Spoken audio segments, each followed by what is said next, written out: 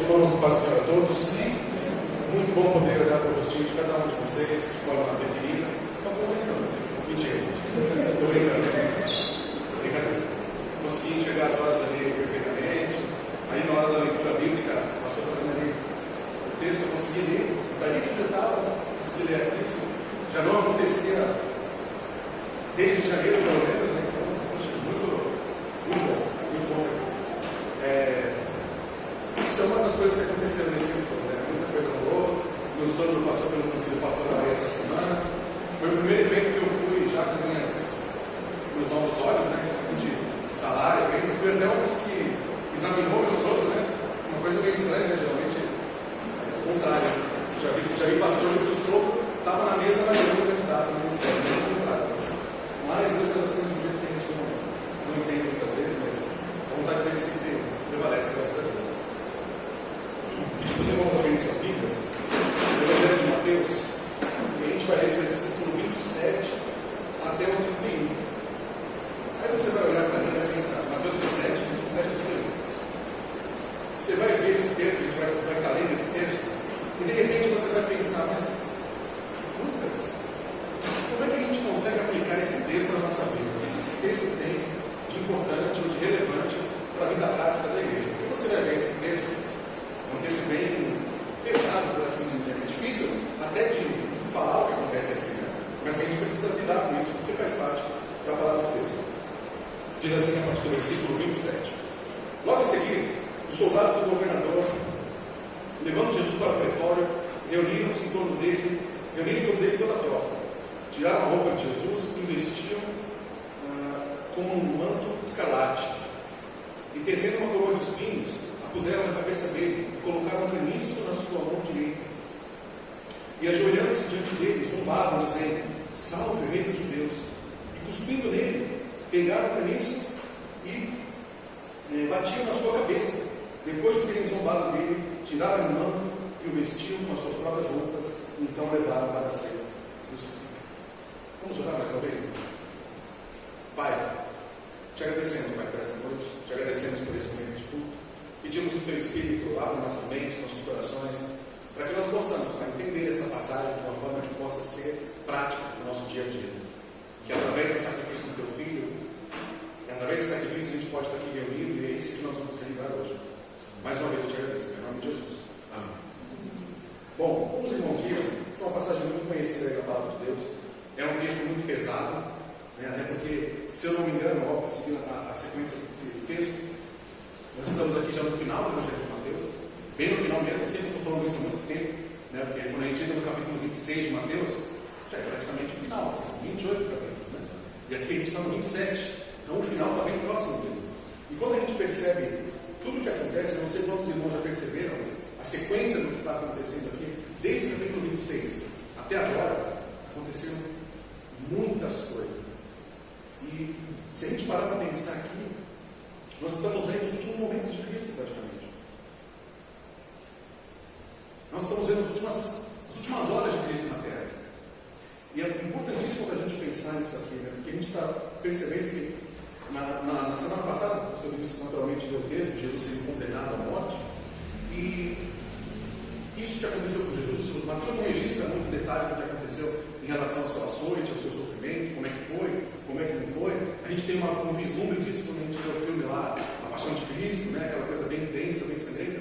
Mateus não se preocupa em descrever aquilo que aconteceu com Jesus. Ele diz que ele sofreu. E isso fazia parte da condenação. Quando era condenado à crucificação, a pena de ser crucificado, não era apenas você ser levado para a cruz e ser pregado lá. Passar por esse açoite, passar por essa punição física, esse castigo pesado físico, fazia parte da punição. E muitos homens já morriam ali mesmo. Muitos homens não chegavam à cruz. Alguns morriam nesse período de açoite. Só que aqui nessa passagem a gente não está falando do açoite, porque isso aconteceu na semana passada. O que acontece agora é depois disso.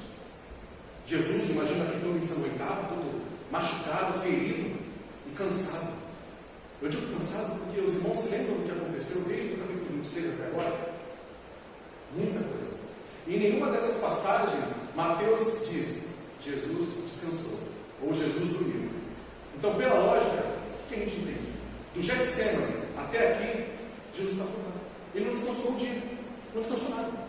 Ele foi capturado, ele foi negado, ele foi traído, seus discípulos o abandonaram, passou a noite toda tendo que responder perguntas dos seus acusadores, passou a noite toda respondendo ataques, respondendo questionamentos.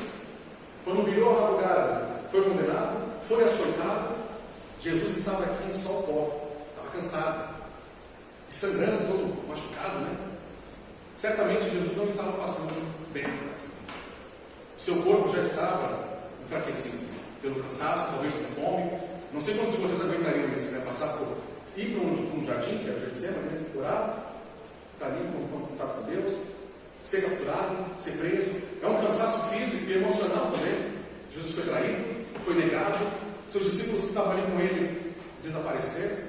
E aqui a gente vê o que acontece com aqueles que zombam Jesus. Os soldados agora passam por uma outra fase de ataques. Eles começam a zombar Jesus. Eles começam a agir de maneira escarnecedora com Jesus. E aí você vai perguntar, mas Lucas, como é que eu vou olhar para esse texto e trazer uma aplicação para a minha vida? E aí eu vou te dizer, não seja escarnecedor. Esse texto ele mostra algumas características de pessoas que escarnecem de Jesus.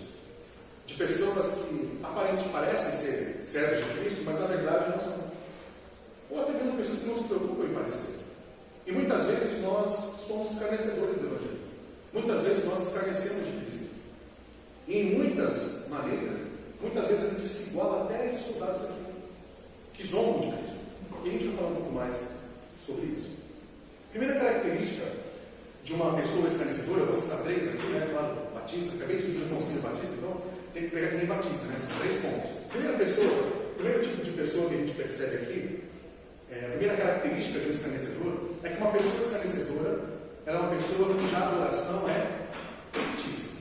E isso está nos versículos 27 a 29, que diz: os soldados do governador, logo a seguir os soldados do governador, levando Jesus para o pretório, reuniram em torno dele toda a tropa, tiraram a roupa de Jesus e o vestiram com um manto escarlate, e tecendo tambores, a puseram na cabeça dele, e colocaram um caniço na sua mão direita, e ajoelhando-se diante dele, zombavam, dizendo: salve o rei dos judeus. Essa primeira característica é de uma pessoa que adora Jesus de maneira fictícia, que adora Jesus de maneira falsa, teatral. Esses soldados aqui, eles estavam adorando Jesus de verdade? Eles estavam exaltando Jesus como rei de maneira séria? Não. O que eles estavam fazendo? Eles estavam zombando. Eles estavam debochando de Jesus Cristo. Jesus Cristo puxava para si uma autoridade, e os seus discípulos e as pessoas da época olhavam para Jesus e o reconheciam como rei dos judeus. Esses homens viam Jesus como rei dos judeus? Não. Eles estavam zombando de Jesus aqui. E a gente percebe isso no decorrer da passagem. Primeira coisa no versículo 27, né? Os soldados levam Jesus para o pretório, né? Isso aqui é importante dizer. Os judeus, nessa época aqui, eles não tinham autoridade para mandar matar uma pessoa. Não podiam. E por isso, a gente já viu nas outras passagens, a responsabilidade de dizer se Jesus tinha que morrer ou não foram os judeus que decidiram no sentido mais amplo. Foi o Pilatos, que não era judeu, ele era romano. Só os romanos podiam dizer isso. Então Jesus foi levado para o pretório, que era uma das fortalezas onde os romanos ficavam. E eu vi em torno dele toda a tropa. Tiraram a roupa de Jesus e o vestiram com um manto escarlate. Interessante, né? O manto escarlate, Marcos e Lucas vão colocar como se fosse vermelho, mas é a mesma coisa. O que significa um manto escarlate, um manto vermelho? Sempre quando você vê nos filmes, o rei sempre está com um manto escarlate, um manto vermelho. O vermelho tinha essa conotação no passado de representar poder, de representar glória, de representar majestade, grandeza. E quando a gente vê aqui, os soldados colocam Jesus com um manto vermelho. Mas é de verdade? Não é de verdade. Uma outra coisa que os soldados fazem aqui, colocam nele uma coroa de espinhos. Isso também tem uma ideia. Os reis da antiguidade, a gente sabe disso, a coroa tinha a conotação de ser aquilo que o rei usava. Ser coroa, você não é rei. Um rei sem coroa andando pela rua dificilmente seria reconhecido. Hoje é fácil, por exemplo, se o nosso digníssimo, talvez, né, o presidente passasse por aí, você sabe quem ele é, porque ele é uma figura pública. Hoje em dia tem fórum, hoje em dia tem rede social, você sabe reconhecer as autoridades. Mas nessa época aqui, a maioria das pessoas, quando ouvia falar de Pilatos, ouvia falar de Herodes, ouvia falar até de César, não sabia quem ele era fisicamente. A única coisa que faria as pessoas saberem era a coroa, as roupas. Não tinha como saber. Não tinha esse compartilhamento de redes sociais e tudo mais para saber como os reis eram. Então a coroa tinha essa questão. Mas os soldados colocaram a coroa na cabeça de Jesus. E uma outra coisa aqui, colocaram um caniço na sua mão direita. O caniço, nada mais é que um cetro, né? Uma espécie de cetro. E o cetro também é aquela figura, quando você vê as pinturas aí dos reis da Idade Média, os reis no período clássico, né? Ele sempre está sendo pintado assim nos quadros, uma armadura resplandecente, uma capa vermelha, uma espada nos braços, um cetro e uma coroa cheia de diamantes. É a figura do rei aqui. E mais uma figura que eles colocam, mais uma vez, o que eles fazem aqui? Ajoelham-se diante dele, zombando, dizendo: salve o rei dos judeus. Essa, então, irmãos, é a primeira característica de uma pessoa esclarecedora. É uma pessoa cuja adoração a Deus é uma adoração teatral. E nós olhamos para esses homens aqui e nós achamos que eles são mesmo, né? Hereges, não têm amor ao Senhor, não se preocupam, não conhecem a verdade das coisas. Mas muitas vezes nós podemos incorrer no mesmo risco que esses homens. Muitas vezes você vem à igreja, você faz as suas atividades bíblicas, cristãs, de maneira falsa, de maneira teatral, apenas para que pareça que você está fazendo alguma coisa. E sempre que você faz isso, você se assemelha a esses soldados aqui. Sempre que o seu evangelho, o seu cristianismo, a sua demonstração de fé, ela é falsa, ela é só para as outras pessoas assistirem, ela é só teatral, você é idêntico a esses soldados romanos. Você é idêntico a esses homens que humilharam Jesus Cristo. Porque da mesma forma que eles estão adorando Jesus de uma maneira falsa, muitas vezes nós podemos estar fazendo a mesma coisa. Muitas vezes nós podemos estar demonstrando algo que não é verdadeiro no nosso coração. E aí a gente se parece com essas pessoas. Se você está passando por isso, se você vive assim, meu conselho a você é: pare agora. Tome cuidado. Porque se você continua com essa adoração fictícia, ela vai evoluir para um outro estágio de distanciamento do Senhor, para um outro estágio de escárnio com o Senhor. E isso acontece no texto. É o segundo ponto aqui, que é no versículo 30. E eu vou chamar esse versículo 30, nosso segundo ponto, de completo desprezo. O escarnecedor é uma pessoa que adora o Senhor de maneira falsa, e o escarnecedor, se não controla isso, ele se torna alguém que tem um completo desprezo pelo Senhor. E isso é demonstrado aqui no versículo 30. E cuspindo nele, pegaram o caniço e bateram na sua cabeça. Ser cuspido hoje, se alguém passa na rua e cospe em você, já é uma humilhação tremenda. Só existe uma coisa que você vai pensar se uma pessoa fizer isso, e é sempre ruim. Essa pessoa me despreza, essa pessoa tem nojo de mim, essa pessoa não aguenta olhar para minha cara, ela sente repulsa. E nessa época era esse mesmo sentido que tinha. Ninguém cospe na cara de ninguém como se fosse algo bom. Nunca quer dizer algo bom. E enquanto essas pessoas cuspiam em Jesus, aqui o guarda pegou o caniço e batiu na sua cabeça. E esse batiu na sua cabeça aqui não é aquela batidinha leve, é um soldado romano. Soldado romano. Então, certamente, a pancada que ele levava aqui na cabeça era muito forte. Muito forte. Então, pense em Jesus aqui já debilitado, ensanguentado, porque tinha passado por todo tipo de açoite possível. Os soldados já estavam debochando dele o tempo todo, colocando coroa de espinho, colocando a capa, o cetro e tudo mais. E agora passavam a cuspir nele e bater na coroa de espinho com esse mesmo caniço que ele deram na mão. Jesus estava sofrendo horrores aqui nas mãos desses homens. E isso aqui é uma característica também de que esses homens viviam já num estágio de completo desprezo ao Senhor.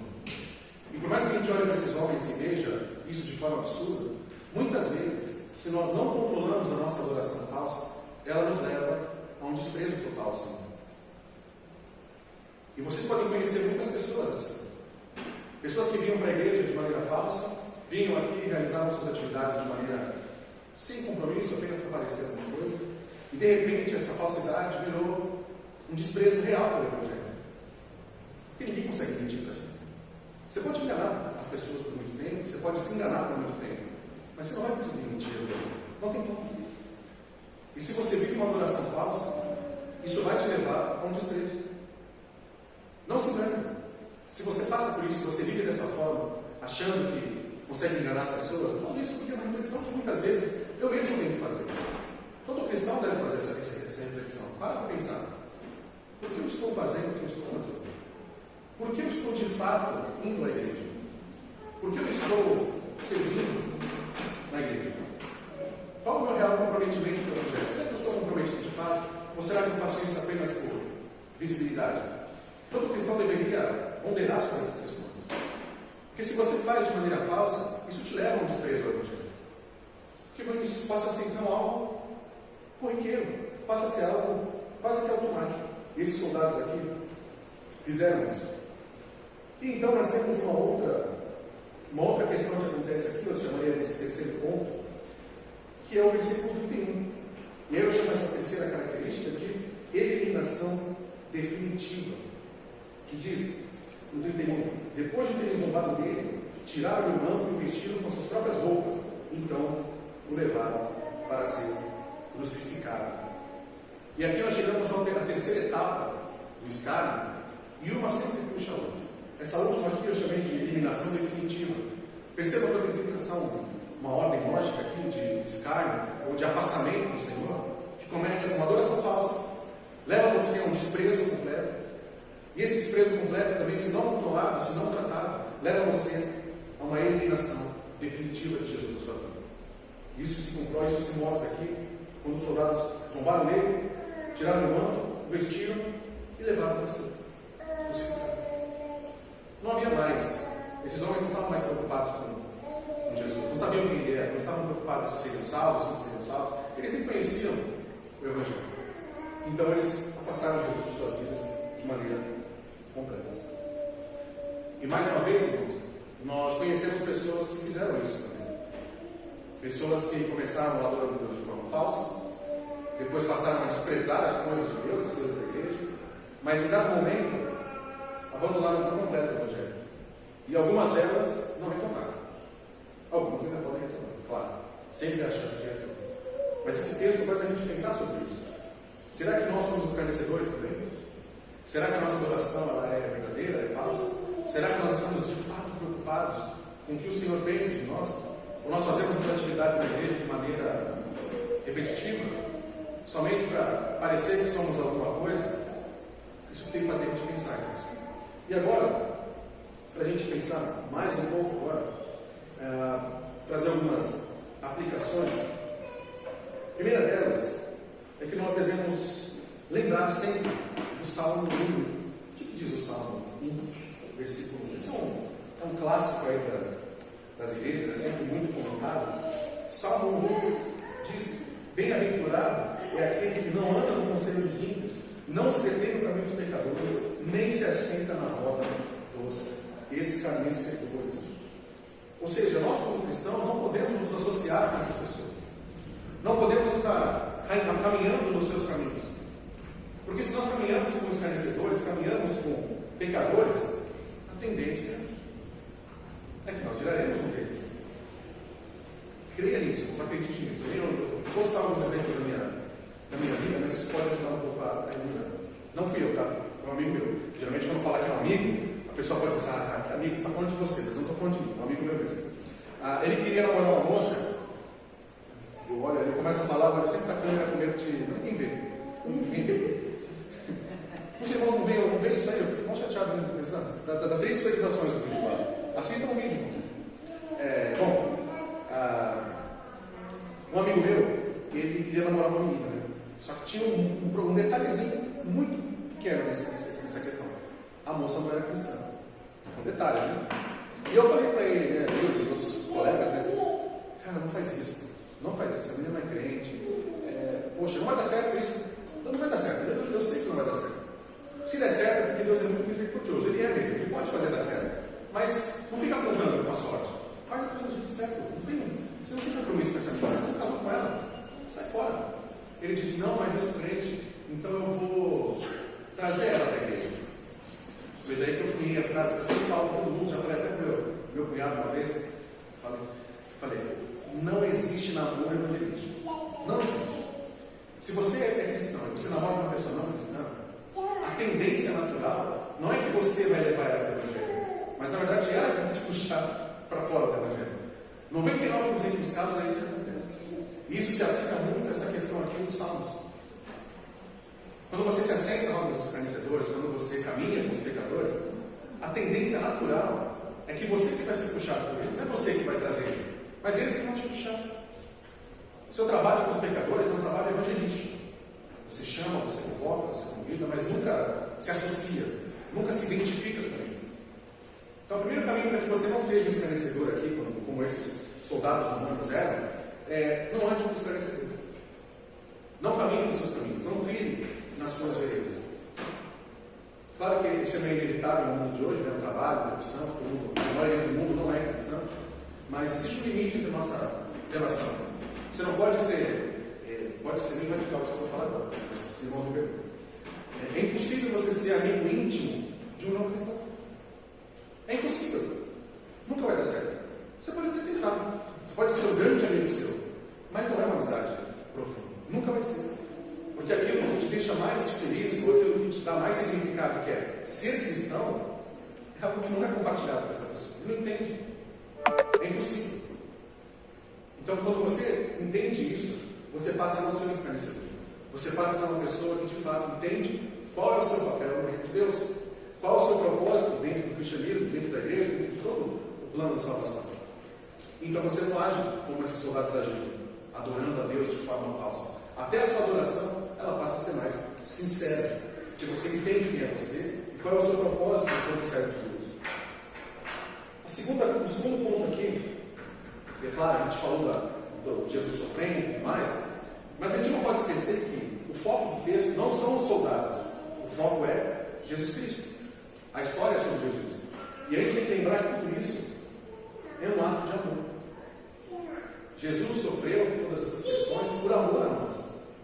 E aí eu vou até fazer um desabafo com esse nome, não sei que mesmo. Às vezes as pregações elas costumam ser muito pesadas, né? Eu não sou muito de falar, não, poxa, você é bonitinho, Deus te ama, tudo bem, eu sempre, ainda mais tratando de Mateus, né? As pregações são sempre muito assim, revê o que você está fazendo, pensa na sua vida, não faz isso, não faz aquilo. Eu sei, é o meu jeito de pregar. Então é muito porque eu acredito que os cristãos eles precisam ser pesados um pouco na fúria mesmo, assim, sabe? A gente está num mundo aí muito perigoso, e eu fui criado numa igreja assim, onde a pregação era sempre assim, você saía do culto sempre, meu Deus do céu, o que eu estou fazendo na minha vida? Você saía sempre assim, dificilmente a pregação acabava e você ficava, nossa, estou bem, eu vou, que bonitinho, meu coração está quente, nunca sentia isso, eu sempre saía da igreja com aquela sensação de, eu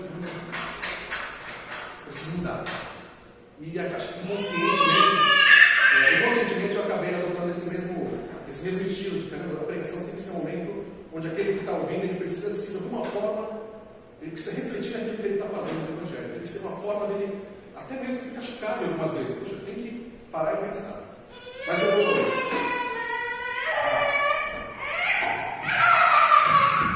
Agora sim.